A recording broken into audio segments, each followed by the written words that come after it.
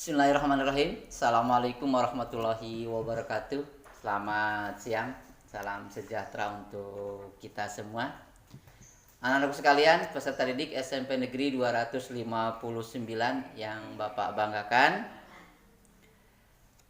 Sebelumnya, Bapak ucapkan selamat bergabung. Selamat datang di SMP Negeri 259 Jakarta. Baik anak sekalian, untuk materi kita pada hari ini yaitu tentang OSIS dan ekstrakurikuler. Kalau waktu di SD ataupun di madrasah, nah itu yang namanya OSIS biasanya belum ada. Tapi kalau ekstrakurikuler terkadang sudah ada. Ya, nanti akan Bapak sampaikan apa itu OSIS dan kegiatan ekstrakurikuler yang ada di SMP Negeri 259. Oke. Mudah-mudahan dari pemateri-materi berikutnya, materi-materi sebelum yang sudah disampaikan sebelumnya, mudah-mudahan kalian sudah memahami apa itu SMP Negeri 259. Ya, tentang visi misi, tentang tata tertib, aturan-aturannya, ya. Mudah-mudahan kalian sudah lebih mengenal tentang SMP Negeri 259. Tapi sebelum Bapak lanjutkan, Bapak akan memperkenalkan diri dulu. Nama Bapak Sukron, mengajar bidang studi matematika, dan Bapak juga merupakan pembina OSIS di SMP Negeri 259. Oke. Nah, baik anak sekalian,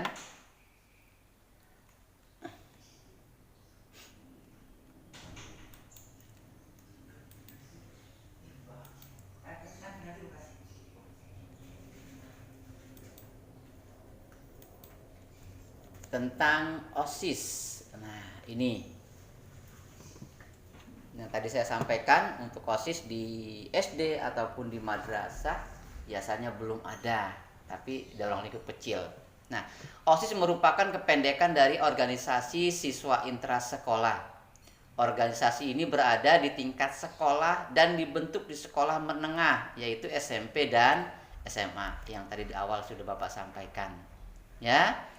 Yang kedua, organisasi ini terdiri dari susunan kepanitiaan yang terdiri dari ketua, dari wakil ketua, dari sekretaris, bendahara, kemudian juga ada seksi-seksinya yang membidangi setiap dari seksi-seksinya, ya, yang memiliki tugas masing-masing. Dan kepengurusan OSIS memiliki masa kerja yang terbatas, yaitu hanya selama 1 tahun. Dan setelah itu diperbaharui lagi, ya. Oke.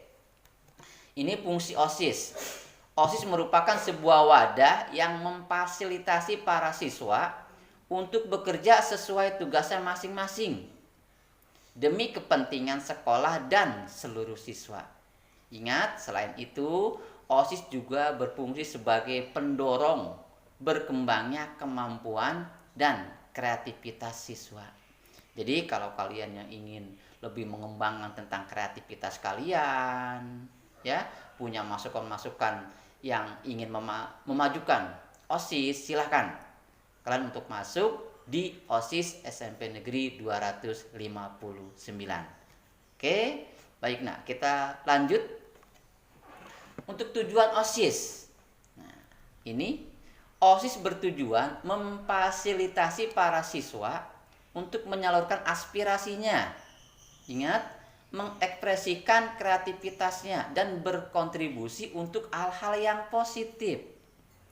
OSIS juga memiliki tujuan yang positif bagi seluruh siswa di sekolah, ya, yang artinya akan memberikan pengaruh positif juga bagi sekolah itu sendiri. Oke, jadi selain itu, tujuan OSIS perlu kamu ketahui memaksimalkan potensi siswanya sehingga bisa meraih prestasi yang membanggakan dirinya, juga membanggakan sekolah. Ya, jadi OSIS juga bertujuan untuk melatih keterampilan siswa dalam bersosialisasi dan berorganisasi. Itu salah satu tujuan OSIS. Nah, tugas OSIS. Tugas daripada pengurus OSIS. OSIS bertugas mengendalikan aktivitas siswanya sehingga lebih terarah dan lebih positif. Selain itu, semua orang yang terlibat dalam kepengurusan OSIS memiliki tugas masing-masing, ya, yang sesuai dengan jabatan yang dibagikan. Ya, tadi sudah di awal sudah saya sampaikan, ada ketua, wakil ketua, sekretaris, sampai ada seksi-seksi. Ya. Nah, yang berikutnya, untuk strukturnya nanti kita sampaikan. Ada tugas dari pembina OSIS. Ini tentu saja tugas dari pembina, saya selaku pembina OSIS banyak tugas-tugasnya yang nanti untuk kemajuan pembinaan, untuk lebih mengembangkan tentang OSIS di SMP Negeri 259. Nah, untuk perwakilan kelas diharapkan agar setiap kelas mempunyai perwakilan untuk jadi pengurus OSIS, agar bisa langsung menyampaikan aspirasinya, masukan-masukannya, sumbang sarannya untuk kemajuan OSIS dan kemajuan SMP Negeri 259 Jakarta. Nah, oke nak, untuk syarat masuk pengurus OSIS. Nah, apa syarat-syaratnya Pak ya? Nah, syaratnya yang pertama, ini takwa terhadap Tuhan Yang Maha Esa. Oke, yang kedua, memiliki budi pekerti yang baik dan sopan santun terhadap orang tua, guru, dan teman. Yang ketiga, memiliki bakat dan keinginan sebagai pemimpin. Keempat, tidak terlibat penggunaan narkoba. Yang kelima, memiliki kemauan, kemampuan, dan pengetahuan yang memadai. Yang keenam, juga dapat mengatur waktu dengan sebaik-baiknya sehingga pelajarannya tidak terganggu karena menjadi pengurus OSIS. Jangan sampai gara-gara kalian masuk pengurus OSIS belajarnya jadi terhambat, nilainya jadi rendah misalkan. Ya, jadi malas belajar karena kebanyakan berorganisasi. Tidak seperti itu, ya. Harus sejalan, belajarnya bagus, untuk di pengurus OSISnya juga baik. Yang berikutnya, tidak duduk di kelas terakhir karena akan menghadapi ujian akhir. Jadi untuk syarat pengurus OSIS tidak yang di kelas 9. Jadi syarat pengurus OSIS itu kelas 7 dan kelas 8. Yang kesembilan, syarat lain disesuaikan dengan ketentuan sekolah kalau ada aturan tambahan yang lain. Nah, kewajiban pengurus OSIS, nah nanti akan saya sampaikan kalau kalian nanti sudah masuk di kepengurusan OSIS. Makanya saya tunggu kalian di pengurus OSIS SMP Negeri 259. Ya. Nah, kewajiban-kewajibannya ini banyak sekali. Nah, nanti bisa saya sampaikan.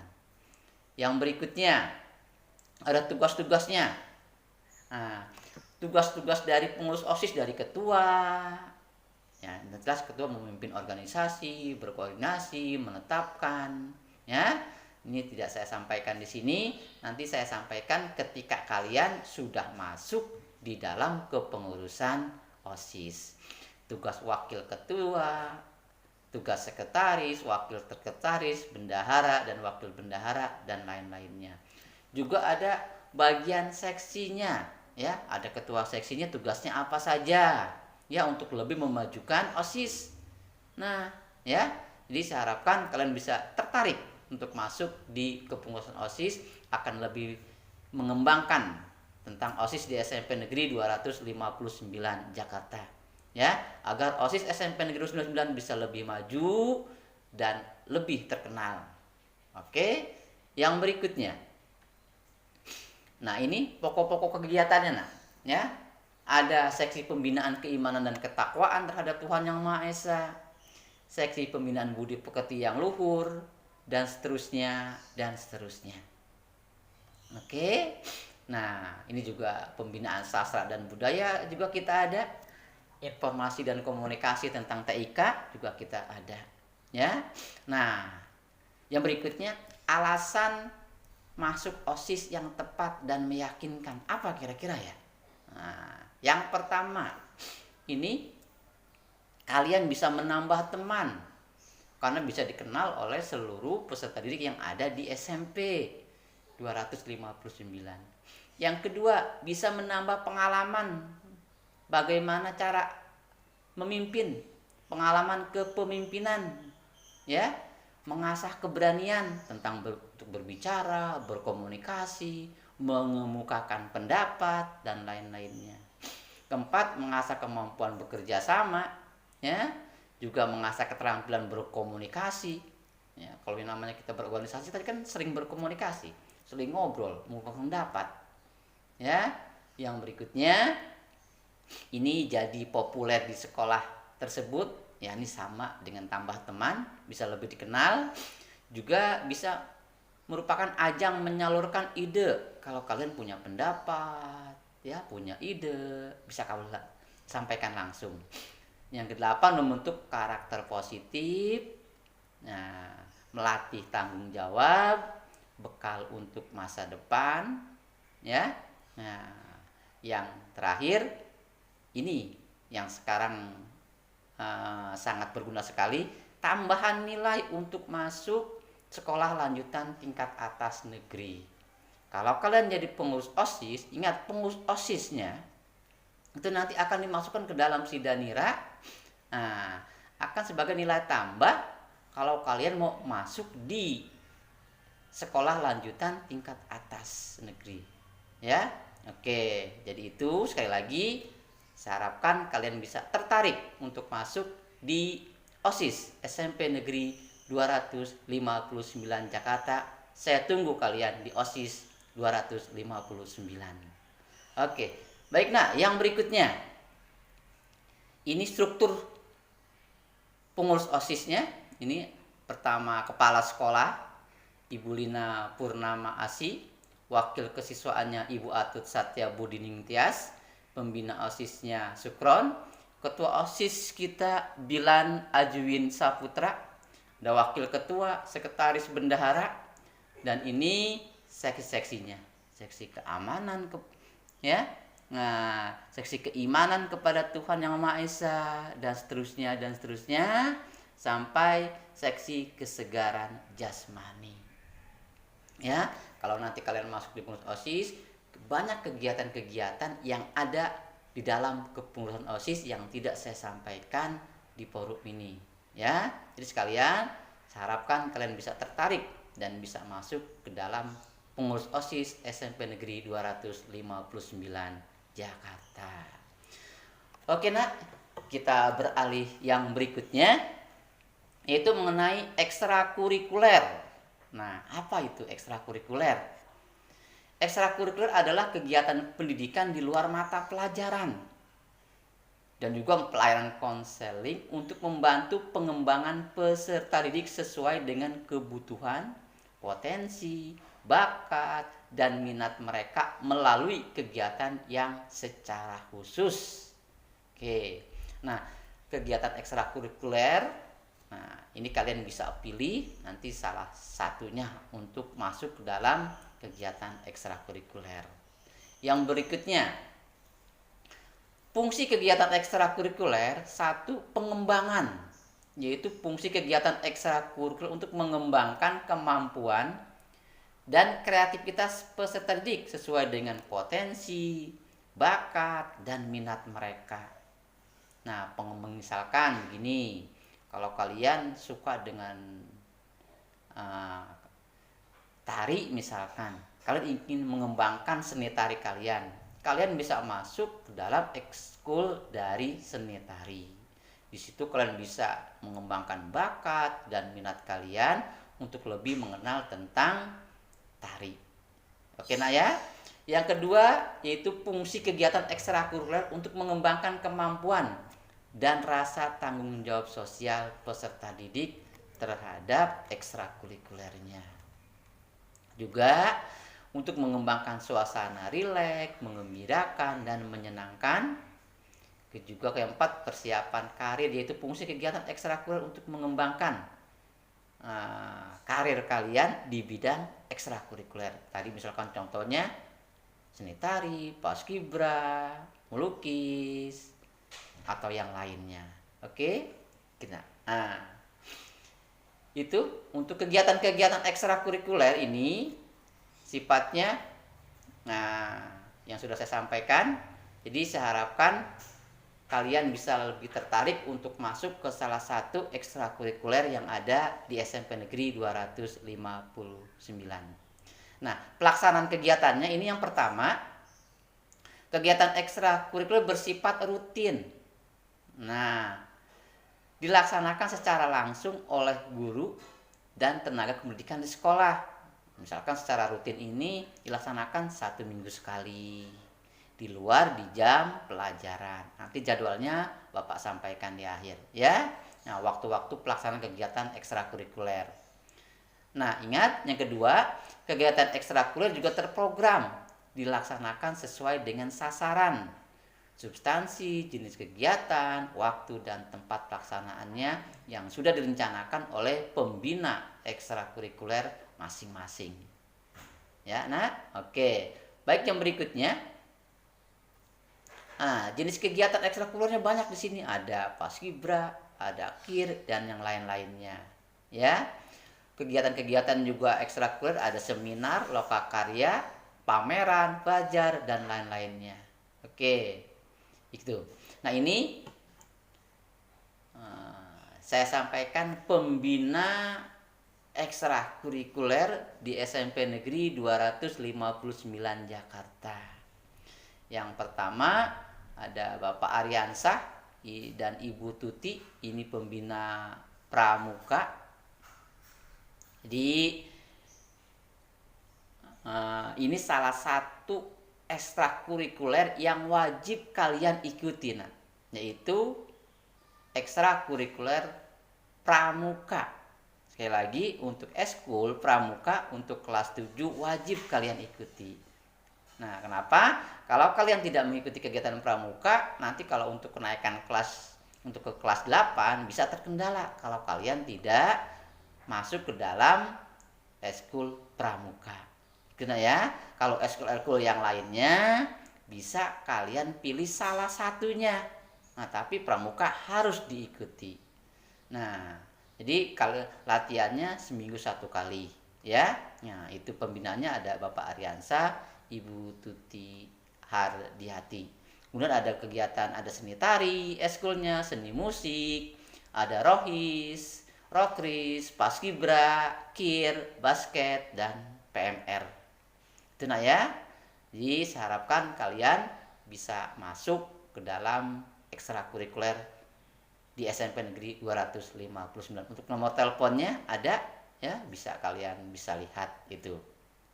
Kemudian untuk latihannya, ini latihannya kita untuk pramuka setiap hari Sabtu pukul 7 sampai dengan pukul 9. Ya, untuk hari Sabtu pukul 7 sampai dengan pukul 9 untuk pramuka. Jadi sekali lagi, untuk pramuka harus kalian ikuti. Kalau misalkan salah satu ketika latihan tidak bisa hadir, kalian bisa konfirmasi ke Bapak dan Ibu pembina pramukanya. Kalau untuk paskibra, latihannya hari Sabtu pukul 13 sampai dengan pukul 15. Untuk rohis, hari Sabtu pukul 9 sampai pukul 11. Untuk yang berikutnya, PMR, basket, dan seterusnya. Nanti ini bisa kalian tanyakan langsung. Kalau misalkan mau nanyakan langsung tentang ekstrakurikuler, tentang nomor telepon, bisa kalian tanyakan ke wali kelasnya. Nanti saya bagikan untuk nomor telepon, eskulnya ke wali kelas kalian. Baik nak, itu untuk materi yang saya sampaikan mengenai OSIS dan ekstrakurikuler yang ada di SMP Negeri 259. Saya sampai lupa, tadi kalau jadi pengurus OSIS bisa nilai tambah untuk masuk ke SLTA negeri yang kalian tuju. Begitupun untuk ekstrakurikuler, dengan catatan kalau eskul hanya pengurusnya. Ingat, pengurusnya saja, anggotanya tidak. Ya, yang masuk ke dalam sidanira nanti, yang untuk tambah nilai untuk masuk ke SLTA jenjang berikutnya yaitu yang hanya pengurus eskul. Nah, itu manfaatnya banyak banget ya. Jadi kalau kalian jadi pengurus OSIS maupun jadi pengurus ekstrakurikuler, manfaatnya banyak. Oke, sekali lagi saya harapkan kalian bisa lebih tertarik tentang keberadaan OSIS dan ekstrakurikuler yang ada di SMP Negeri 259 Jakarta. Baik nak, mudah-mudahan apa yang tadi kalian pahami, apa yang kalian tadi saya sampaikan bisa kalian pahami. Ya.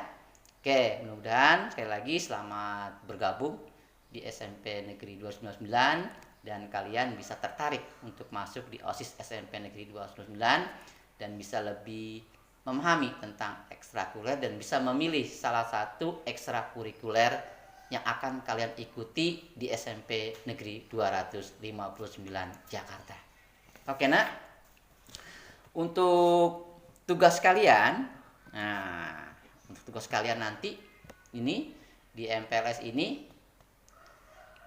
yang pertama tugasnya kalian harus menerangkan secara singkat tentang apa itu OSIS. Ya, satu, terangkan apa itu OSIS. Yang kedua,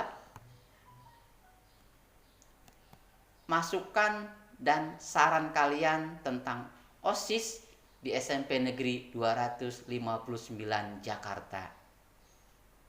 Yang ketiga, kalian terangkan, kalian kemukakan apa yang dimaksud dengan ekstrakurikuler. Apa yang dimaksud tentang ekstrakurikuler. Dan yang keempat, apa masukan dan sumbang saran kalian tentang ekstrakurikuler yang ada di SMP Negeri 259 Jakarta. Baik nak, itu saja yang Bapak sampaikan untuk materi MPLS pada hari ini. Mudah-mudahan kalian bisa pahami dan tugas yang tadi Bapak sampaikan bisa kamu kerjakan dengan sebaik-baiknya. Sekali lagi, selamat bergabung dan semoga sukses. Tetap jaga kesehatan. Terima kasih. Assalamualaikum warahmatullahi wabarakatuh.